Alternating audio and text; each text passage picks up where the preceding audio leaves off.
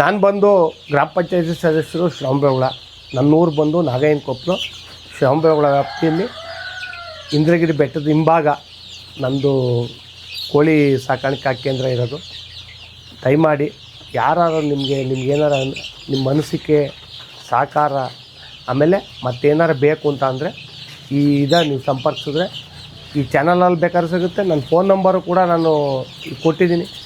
ರಾತ್ರಿ 12 ಗಂಟೆಯಲ್ಲಿ ಮಾಡಿದವ್ರಿಗೂ ನಾನು ಕೂಡ ಫೋನ್ ಎತ್ತಿದ್ದೀನಿ. ನಾವೇನು ಬೇಜಾರು ಮಾಡ್ಕೊಳ್ಳಲ್ಲ. ದಯಮಾಡಿ ನನ್ನ ಅಡ್ರೆಸ್ಸು ನಾಗಯ್ಯನಕೊಪ್ಪಲು, ವಾಸು ಅಂತ ಗ್ರಾಮ ಪಂಚಾಯತ್ ಸದಸ್ಯರು. ಯಾರನ್ನು ಬಂದು ನಮ್ಮೂರಲ್ಲಿ ಕೇಳಿದ್ರು ಹೇಳ್ತಾರೆ, ಅಲ್ಲೂ ಹೇಳ್ತಾರೆ, ಟೌನಲ್ಲೂ ಕೂಡ ಹೇಳ್ತಾರೆ. ಏನಿಲ್ಲ, ರೈತರು ಏನೇ ಮಾಡಿದ್ರು ಕೂಡ ರೈತರಿಗೆ ನಾವು ಉತ್ತೇಜನ ನೀಡಬೇಕು, ಸಹಕಾರ ಮಾಡಬೇಕು. ಬಟ್ ಅವ್ರಿಗೆ ಎಲ್ಲ ಒಂದು ಕಡೆ ಗೇಲಿ ಮಾಡಿದಾಗ ಅವ್ರಿಗೆ ಏನಾಯ್ತದೆ, ಮನಸ್ಥಿತಿ ಕುಗ್ದಾಗ ಏನಾಯ್ತದೆ, ಅವ್ರು ಮಾಡೋ ಅಂಥ ಕಸಬ ಬಿಡ್ತಾರೆ.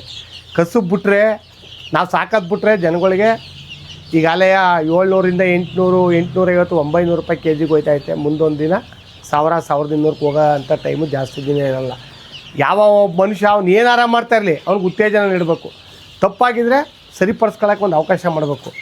ಈಗೇನಂದರೆ ಈ ಚಾನಲ್ಲು ನಮಗೆ ಉತ್ತೇಜನ ನೀಡ್ತೈತೆ ಅಂತ ಅಂದರೆ ನೋಡಿದ್ರು ಬ್ಯಾಡ್ ಕಾಮೆಂಟ್ ಮಾಡಬಾರ್ದು. ಒಬ್ಬ ರೈತ ಏನೇ ಮಾಡಿರಲಿ, ಅವ್ನಿಗೆ ಬೆನ್ನು ತಟ್ಟಿದ್ರೆ ಮುಂದೆ ಹೋಯ್ತಾನೆ. ಬೆನ್ನು ತಟ್ಬಿಟ್ಟು ಅವ್ನಿಗೆ ಏನೋ ಟೀಕೆ ಟಿಪ್ಪಣಿ ಮಾಡೋದು ಏನೋ ಒಂದು ಮಾಡಬಾರ್ದು. ದಯಮಾಡಿ ನಿಮ್ಗೆ ಏನಾರ ಇದ್ದರೆ ನೇರವಾಗಿ ಬನ್ನಿ.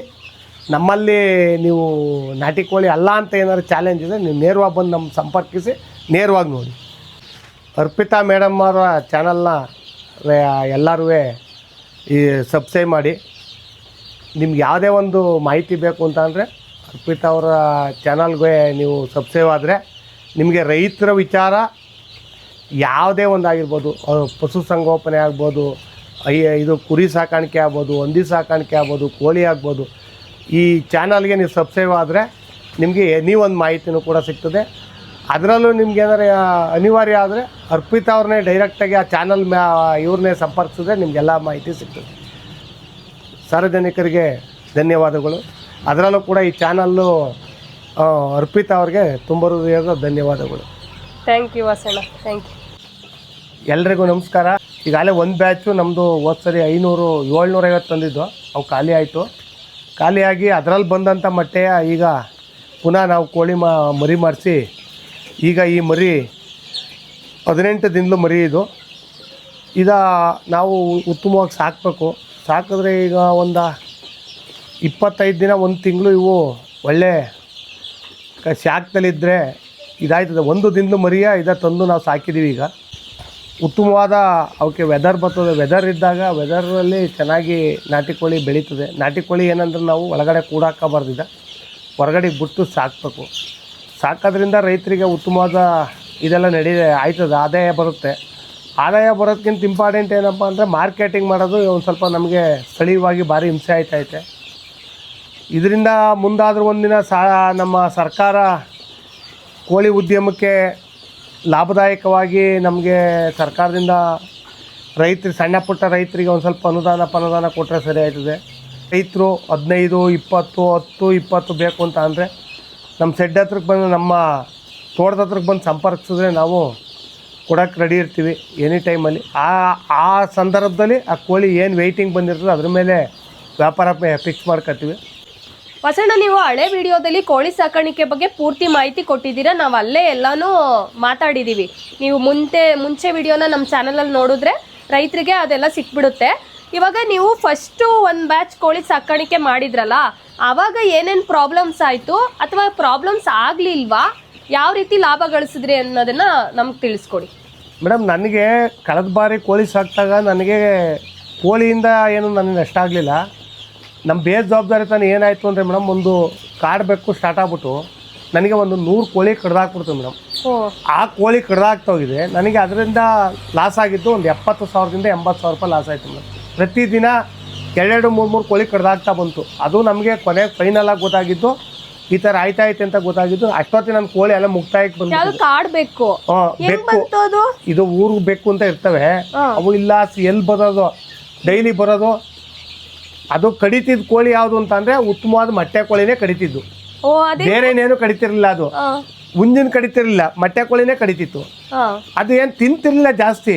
ಬ್ಯಾಕ್ ಸೈಡ್ ಕಿತ್ತಾಕೋದು, ಅದ್ರ ಜೀವ ರಕ್ತ ಕುಡ್ಕೊಳ್ಳೋದು, ಹೋಗೋದು ಇಷ್ಟು ನಮ್ಗೆ ಅರಿವಾಗಿದ್ದು ಲಾಸ್ಟ್ ಟೈಮಲ್ಲಿ ಅರಿವಾಗೋದ್ ಕಾರಣ ನಮ್ಮ ಕೋಳಿ ಸೇಲ್ಸ್ ಎಲ್ಲ ಮುಗಿದೋಗಿತ್ತು. ಈಗ ಏನು ಮಾಡಿದ್ವಿ ಅಂದರೆ ನಿಮಗೆ ಗೊತ್ತೇ ಆಗಿಲ್ಲ ಅದು ಆ ಥರ ಮಾಡ್ತೀವಿ ಅದು ಮಾಡ್ತಾ ಐತೆ ಅಂತ ನಮಗೆ ಫ್ಲಾಶ್ ಬ್ಯಾಕಿಗೆ ಬರೋಕ್ಕೆ ಆಗಲಿಲ್ಲ ಮೇಡಮ್. ಸತ್ತೋದಾಗ ನೀವು ನೋಡ್ತಾ ಇರಲಿಲ್ಲ. ನಾವು ಪ್ರತಿನಿತ್ಯ ಬರೋವು ಏನು ಹಿಂಗೆ ಆಯ್ತೈತೆ, ತ್ವಾಡ ಕಡಿತಾ ಆಯ್ತಾ, ಯಜ್ಞ ಕಡಿತಾ ಆಯ್ತಾ, ಇಲ್ಲ ಹಾವು ಕಡಿತಾ ಆಯ್ತಾ ಅಂತ ಒಂದು ಗೆಸ್ ಮಾಡ್ತಾ ಬಂದು ಕೊನೆಗೆ ನಮ್ಗೆ ಅದು ಕರೆಕ್ಟಾಗಿ ಗೊತ್ತಾಗಿತ್ತು. ಕೊತ್ತಿ ಕಡಿತಾ ಐತೆ ಅಂತ ನಮಗೆ ಡಿಕ್ಲೇರ್ ಆಗಿ ಗೊತ್ತಾಯ್ತು. ನೋಡ್ಬಿಟ್ಟು ನಾವೇ ಒಂದ್ಸರಿ ಅವಾಗ ಏನಾಯಿತು, ಅದು ನನಗೆ ಒಂದು 60,000-70,000 ಲಾಸ್ ಆಯಿತು ಅನ್ನೋದು ಬಿಟ್ರೆ ಮೇಡಮ್, ಇಲ್ಲ ರೋಗ ಬಂದು ಸತ್ತೋಯ್ತು, ಇಲ್ಲ ಬೇರೆ ಏನೋ ಒಂದು ಆಯಿತು ಅಂತ ನನ್ನ ಕೋಳಿಗೆ ಯಾವತ್ತೇ ಆಗಲಿ ನಾನು ಸಾಕಿದ್ದು 700 ಕೋಳಿಲೂ ಕೂಡ ಬೇರೆ ಯಾವ ಕಂಪ್ಲೇಂಟು ಇರಲಿಲ್ಲ ಮೇಡಮ್. ಇವಾಗ ಕಾಡ್ಬೇಕು ಬರ್ತಾ ಇತ್ತು ಅಂದ್ರಲ್ಲ, ಅದು ಹೆಂಗ್ ಬರ್ತಾ ಇತ್ತು ಮತ್ತೆ ಇವಾಗ ಹೆಂಗ್ ಅದನ್ನ ಸರಿಪಡಿಸ್ಕೊಂಡ್ರಿ? ಈಗ ಏನು ಮಾಡಿದ್ವಿ ಮೇಡಮ್, ಸುತ್ತ ಎಲ್ಲ ಕಡೆಲೂ ಎಲ್ಲೂ ಕೂಡ ಅದು ಒಳಗಡೆಗೆ ಬರ್ದಂಗೆ ಗ್ಯಾಪ್ ಎಲ್ಲ ಕ್ಲೋಸ್ ಮಾಡ್ಕೊಂಡಿದೀವಿ. ಅದೇನಾಗೋದು ಮೇಯ್ನ್ ಡೋರಿಂದಲೇ ಬಂದ್ಬಿಡೋದು. ಅದು ಹೌದಾ? ಮೇಯ್ನ್ ಡೋರ್ಗೆ ನಾವು ರೀಪರ್ ಕೊಟ್ಟು ಇದು ಮಾಡಿದ್ದು, ಅದ ಒರಿಜಿನಾಲಿಟಿ ಮಾಡಿರಲಿಲ್ಲ. ಅದು ಏನು ಮಾಡೋದು, ಅದ್ರೊಳಗಡೆ ಬಂದ್ಬಿಟ್ಟು ಈ ಜಂತಿಗಳ ಒಂದು ಇದರಲ್ಲಿ ಒಳಗಡೆ ಬಂದ್ಬಿಡೋದು. ನಾವೇನಾಗಿತ್ತು ಅಂದರೆ ಕೆಲವು ಕಡೆ ಎಲ್ಲ ಕ್ಲೋಸ್ ಮಾಡಿರಲಿಲ್ಲ, ಸುಮ್ಮನೆ ಆಟೋಮೆಟಿಕ್ಕಾಗಿ ಬಿಟ್ಟಿದ್ದು ಇದಾಯಿತು. ಅದೊಂದು 60,000-70,000 ಹೋಗಲಿಲ್ಲ ಅಂದರೆ ಮೇಡಮ್ ನಮಗೆ ಉತ್ತಮವಾದಂಥ ಲಾಭದಾಯಕವಾದಂಥ ಬೆಳೆ ಇದು. ಏನಂದರೆ ನಾವು ಎಂದೂ ಕೂಡ ಎಲ್ಲೂ ಹೊರಗಡೆಕೋ ಮಾಡಿಲ್ಲ. ರೈತರಿಗೆ ನಮ್ಮ ಜಮೀನು ಹತ್ರಕ್ಕೆ ಬಂದವ್ರೆ ಕೋಳಿ ತಗೊಂಡವ್ರೆ, ಯಾರೂ ಕೂಡ ನಿಮ್ಮ ಕೋಳಿ ಕಂಪ್ಲೇಂಟ್ ಐತೆ ಅಂತ ಹೇಳಿಲ್ಲ ಮೇಡಮ್. ನಾವು ಕೂಡ ಅಷ್ಟೇ, ಈಗಲೂ ಕೂಡ ಅಷ್ಟೇ ಅದೇ ಮಟ್ಟೆಯಲ್ಲಿ ಕೋಳಿಯ ನಾವು ಮತ್ತೆ ಮೊಟ್ಟೆ ತಗೊಂಡೋಗಿ ಕೊಟ್ಟು 2,000 ಕೊಟ್ಟಿದ್ರೆ ನಮಗೆ ಬರೀ 1,250 ವೆದರ್ ಸೆಟ್ ಆಗ್ದಲೇ ಮೊಟ್ಟೆ ಮರಿ ಆಗಿದೆ. ಈಗ 1 ದಿನದ ಮರಿ ತಂದಿದ್ದೀವಿ. 1 ದಿನದ ಮರಿ ತಂದೀಗ 18 ದಿನ ಆಗಿದೆ ಮೇಡಮ್. ಇದು ಈಗ ನಮ್ಗೆ 18-21 ದಿನ ಕಳೆದ್ರೆ 3 ವ್ಯಾಕ್ಸಿನ್ನು ಕೂಡ ಕ್ಲೋಸ್ ಆಯ್ತದೆ. 3 ವ್ಯಾಕ್ಸಿನ್ ಕಳೆದ ತಕ್ಷಣ ನಾವು ಹೊರಗಡೆಗೆ ಬಿಟ್ಟು ಪ್ರತಿನಿತ್ಯ ಏನು ಹಿಂದೆ ನಾನು ಮೇಯಿಸ್ತಾ ಇದ್ದೆ, ಹಿಂದಿನ ಯೂಟ್ಯೂಬಲ್ಲೆಲ್ಲ ನಿಮಗೆ ಸಿಗ್ಬೋದು, ಅದೇ ಥರ ನಾವು ಹೊರಗಡೆ ಬಿಟ್ಟೆ ಕೋಳಿ ಮೇಯಿಸೋದು. ನಾವು ಒಳಗಡೆ ಸೆಡ್ಡಲ್ಲ ಇನ್ನೊಂದ್ರಲ್ಲ ಇರೋಲ್ಲ. ಅವಕ್ಕೇನು ರಾತ್ರಿ ಹೊತ್ತು ಬಂದು ಉಳ್ಕೊಳ್ಳೋಕ್ಕೋಸ್ಕರ ಶೆಡ್ ಮಾಡಿದ್ವಿ ಮೇಡಮ್ ನಾವು. ಈಗ ಹೋದ್ಸಲಿ 1000 ಕೋಳಿ ಅಲ್ವಾ ನೀವು ಸಾಕಿದ್ದು? 1000 ಸಾಕಿದ್ದು ಅಂದರೆ ಒಂದು ಸ್ವಲ್ಪ ಸ್ಟಾರ್ಟಿಂಗಲ್ಲೇ ಬೇರೆಯವ್ರಿಗೆ ಕೊಟ್ಬಿಟ್ಟಿದ್ದೆ ಮರಿ. ನಾವು 700 ಉಳಿಸ್ಕೊಂಡು ಬೇರೆ ಕೋಳಿ 300 ಕೋಳಿ ಮರಿಯ ನಾವು ಡೆವಲಪ್ ಮಾಡಿ ಬೇರೆಯವ್ರಿಗೆ ಕೊಟ್ಬಿಟ್ಟಿದ್ದೆ. ಆಲ್ರೆಡಿ 1,000 ತನಿತ ಕೊಟ್ಟಿದ್ದೆ. ಈಗ 1,250 ತಂದಿದ್ದೀವಿ ಮೇಡಮ್. ಈಗಲೂ ರೈತರು 1 ತಿಂಗಳು ಕಳೆದ್ಮೇಲೆ ಯಾರ ಬಂದು ಕೇಳಿದ್ರೆ ನಾವು ಆಲ್ರೆಡಿ 5, 10, 15 ಅವ್ರಿಗೆ ಅನುಗುಣವಾಗಿ ನಾವು ಕೊಟ್ಬಿಡ್ತೀವಿ ಮರಿಗಳ. ಎಷ್ಟು ಪಟ್ಟು ಆದಾಯ ಪಡೆದಿದ್ರಿ ವಸಣ್ಣ? ಮೇಡಮ್ ನಮಗೆ ನಮ್ಮ ಟಾರ್ಗೆಟ್ ಅವು ಸಾಯ್ದ ಹೋಗಿದ್ರೆ 50% ಆದಾಯ ಐತೆ ಅಂತ ನಾವು ಟಾರ್ಗೆಟ್ ಇತ್ತು. ಬಟ್ ಅದು ಒಂದು 60,000 ರೂಪಾಯಿ ನಮಗೆ ನುಕ್ಸಾನ ಆಯ್ತು. ಆ 60,000 ನುಕ್ಸಾನ ಆಗಿದ್ರಿಂದ ನಮಗೆ ಆದಾಯ ಕಮ್ಮಿ ಬಂದ್ರು ನಮಗೆ ಖರ್ಚಿಲ್ದ ಬೆಳೆ, ಖರ್ಚಿಲ್ದ ವ್ಯಾಪಾರ. ಒಟ್ಟಲ್ಲಿ ಬಂಡವಾಳ ಹಾಕಿದ್ದ ಬಂಡವಾಳಗೆ ನಮ್ಮ ಕೈ ತುಂಬ ಭಗವಂತ ನಮ್ಗೆ ಒಳ್ಳೆ ಉತ್ತಮವಾದಂಥ ಲಾಭ ಕೊಟ್ಟದೆ. ಅಂದರೆ ನಾವು ಸ್ವಯಾರ್ಜಿತ್ ಮಾರಿದ್ವಿ ಮೇಡಮ್. ಬಟ್ ನಾವು ಸಂತೆಲ್ ತಗೊಂಡಾಗಿ 200-150 ಮಾಡಿಲ್ಲ. ಉತ್ತಮವಾದಂಥ ರೇಟಲ್ಲೇ ಮಾರಿದ್ವಿ. ಜನನೂ ಕೂಡ ನಿಮ್ಮ ಕೋಳಿ ಚೆನ್ನಾಗಿಲ್ಲ ಅಂತ ಯಾರೂ ಕಂಪ್ಲೇಂಟ್ ಮಾಡಿಲ್ಲ. ಈಗಲೂ ಕೂಡ ಪ್ರತಿನಿತ್ಯ ಒಂದು ದಿನಕ್ಕೆ 10-15 ಜನ ಫೋನ್ ಮಾಡ್ತಾರೆ. ಬಟ್ ನಮ್ಮ ಹತ್ರ ಇಲ್ಲ ಸರ್ ಕೋಳಿ ಅಂತ ಹೇಳ್ತೀವಿ. ನಮ್ಮ ಹುಡುಗ ಇನ್ನೊಬ್ಬ ಸಾಕೋರೆ ಅಲ್ಲಿ ಕಳಿಸ್ತೀವಿ, ಅವ್ರು ಕೊಡ್ತಾರೆ.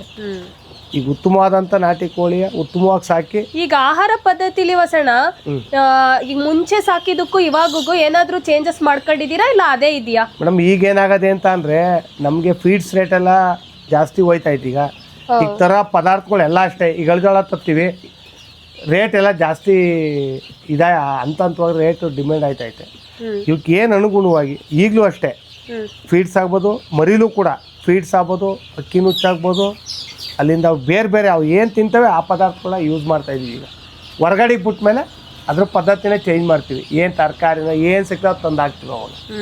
ಈಗ ಏನು ಇಷ್ಟಕ್ಕೆ ಇನ್ನೇನಿನ್ನ ಶನಿವಾರ ಬಂದರೆ ಅಲ್ಲಿ 3 ವಾರ ಆಗುತ್ತೆ. ಇನ್ನೊಂದು ವ್ಯಾಕ್ಸಿನ್ ಮಾಡಬೇಕು. ವ್ಯಾಕ್ಸಿನ್ ಮಾಡಿಬಿಟ್ಟಿದ್ದ ನಾವು ರೈತರಿಗೆ ಬಂದರೆ ಸೇಲ್ಸ್ ಮಾಡ್ತೀವಿ. ಸೇಲ್ಸ್ ಮಾಡಲಿಲ್ಲ ಅಂದರೆ 3 ತಿಂಗಳು ಕಂಪಲ್ಲಾಗಿ 5 ತಿಂಗಳು ಕಂಪಲ್ಲಾಗಿ ಸಾಕ್ತೀವಿ. ನಾಟಿ ಕೋಳಿಲಿ ಏನಂದರೆ ಮೇಡಮ್ ನಮಗೆ ಹೊಸ ಅನುಭವ ಹೆಂಗೆ ಸ್ಟಾರ್ಟ್ ಆಯಿತು ಅಂತ ಅಂದರೆ, ಈ ಕೋಳಿ 3 ತಿಂಗಳಿಗೆ ಕರೆಕ್ಟಾಗಿ 1.25 kg, 2 kg, 1.5 kg ಹಿಂಗೆ ಬರುತ್ತೆ ಮೇಡಮ್. ನಮಗೆ ಆ 3 ತಿಂಗಳಲ್ಲಿ ಕೋಳಿ ಮರಕ್ಕಾಗಲ್ಲ.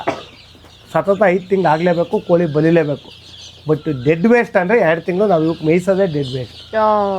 2 ತಿಂಗಳು ಡೆಡ್ ವೇಸ್ಟಲ್ಲಿ ಮೇಯಿಸ್ಬೇಕು ಹೊರಗಡೆ.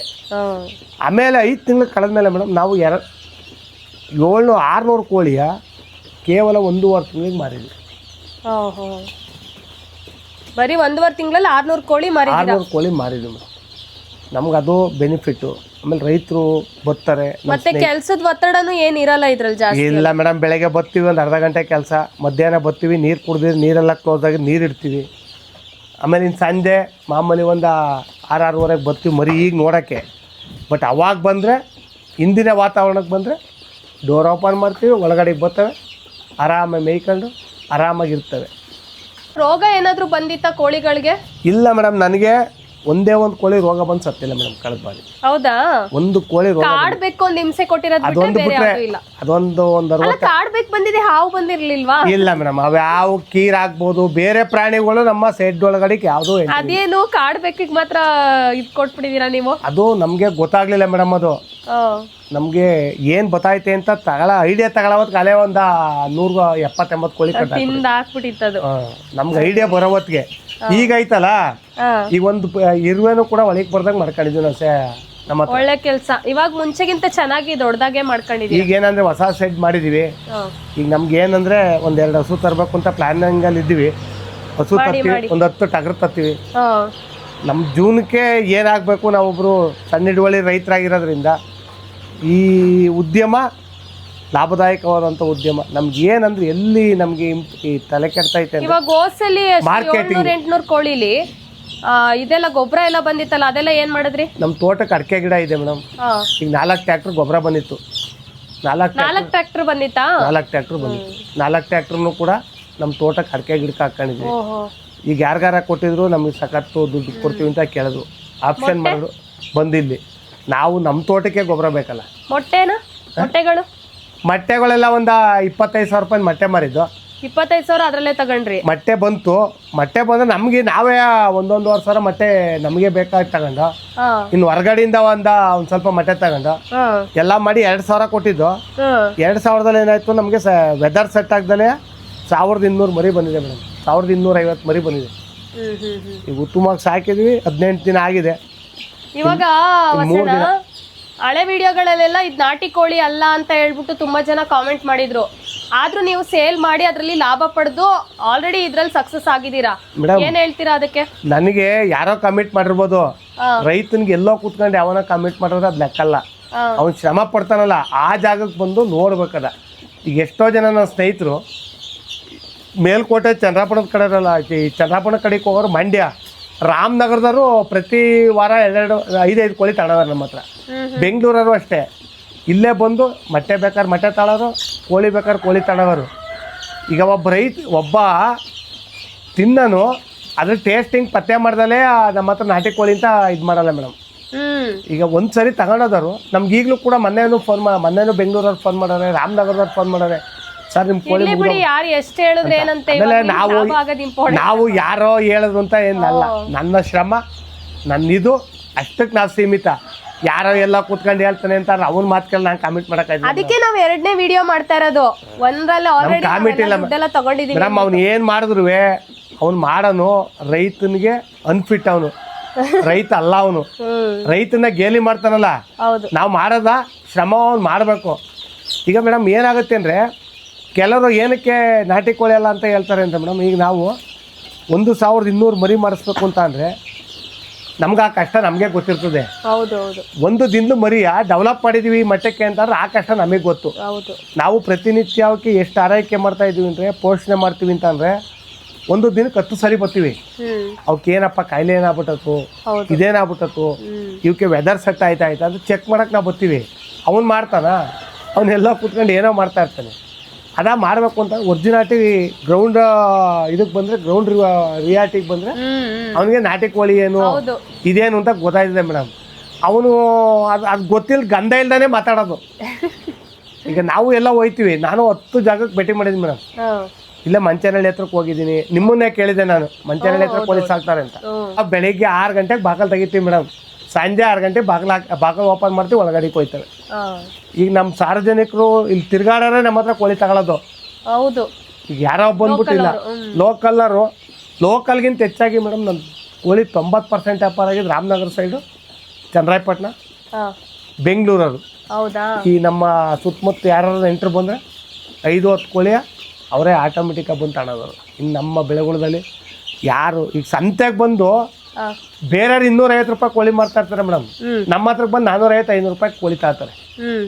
ಸಂತೆಯಲ್ಲಿ 250-300 ರೂಪಾಯಿ ಕೊಡ್ತಾರೆ. ತುರುವೇಕೆರೆ ಕಡೆ ಕೋಳಿ, ಬೇರೆ ಕೋಳಿ ಕೊಡ್ತಾರೆ ಈಗಲೂ 300 ರೂಪಾಯಿಗೆ. ಬಟ್ ನಮ್ಮಲ್ಲಿ ವೆದರ್ ನಮ್ಮ ಕೋಳಿ ಮೇಯೋದು ಇವೆಲ್ಲ ಆಕ್ಟಿವಿಟೀಸ್ ಯಾರು ನೋಡಿರ್ತಾರೆ ಅವ್ರು 500 ರೂಪಾಯಿ ಹೇಳಿದ್ರೆ 500 ರೂಪಾಯಿ ಕೆಜಿನೇ ಕೊಡ್ತಾನೆ. ಕೆಲವ್ರು ಹೇಳ್ತಾರೆ ಸರ್ ಬೆಂಗಳೂರಲ್ಲಿ 700-800 ರೂಪಾಯಿ ಕೆಜಿ ಅಲ್ಲ ಸರ್ ಅಂತ.